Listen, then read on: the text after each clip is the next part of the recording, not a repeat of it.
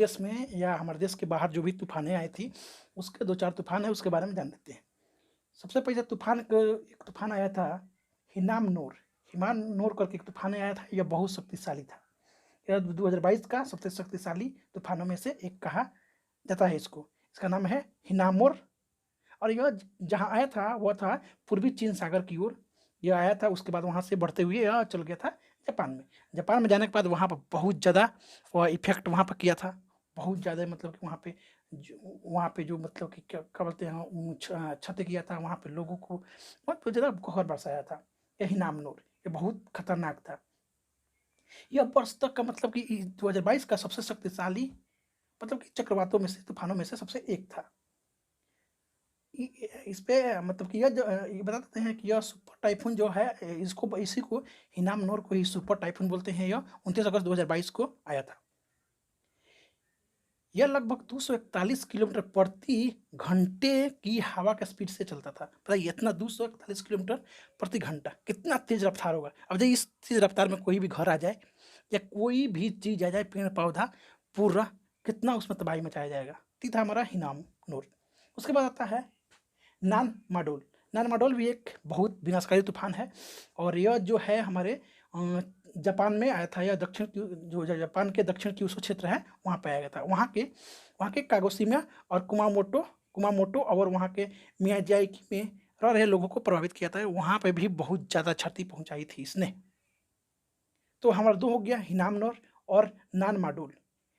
पहला हिनामनोर जो जो चीन में आया था, उसके बाद जब प्रभावित करते हुए जापान में पड़ गया। और फिर एक और आया था नान मडोल, जो बहुत विनाशकारी तूफानों में से एक था। यह आया था कहाँ पे हमको, जो जापान है, जापान के क्यूशू क्षेत्र में।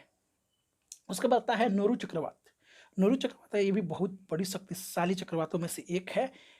इसके आने का यह कारण हुआ था कि वहाँ पे फिलीपींस में हाई अलर्ट वहाँ पे मतलब जो चक्रवात आए थे उसकी वजह से ही आया था, जिसकी वजह से फिलीपींस में हाई अलर्ट जारी कर दिया गया है। और नोरू चक्रवात जो है यह कहाँ आया था, फिलीपींस में।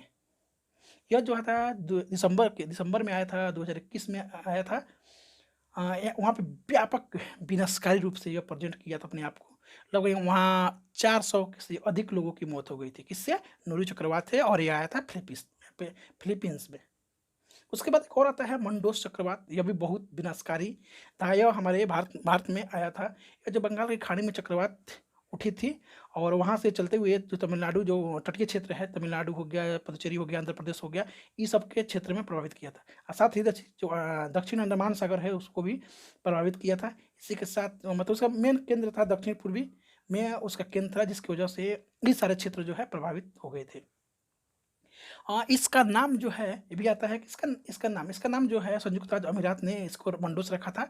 और जिसका नाम होता है मंडोस का, अगर देखा जाए उसका अर्थ क्या होता है अरबी में, तो उसका अर्थ होता है खजाना। तो बताइए कितना खजाना, बड़ा खजाना, कितना लोग को तबाही मचाया हुआ है। तो ये हो गया मंडोस। और यह जो है बंगाल इस साल का मतलब कि 2022 के लिए ये मतलब दूसरा सबसे बड़ा तूफान था।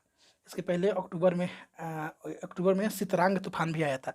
तो इसी के साथ ये हो गया हमारे जहाँ लगभग 4 तूफाने हो गए, 5 तूफाने हो गए। ये हिनामनोर, नानमडोल, नूरी चक्रवात, मंडोस। और मंडोस के साथ सीधे एक और आया था सतरंग, जो सितरांग और मंडोस था वो आया था बंगाल की खाड़ी में। और उसके पहले नूरू जो आया था फिलीपींस में। नामोडोल जो आया था वो आया था जापान में। और हिनामनोर था वो चीन सागर में आया था। इसी के साथ यह हुआ हमारा तूफान के बारे में। इसी तरह और धीरे धीरे छोटी छोटी बातों में हम लोग फिर मिलेंगे। Thank you so much.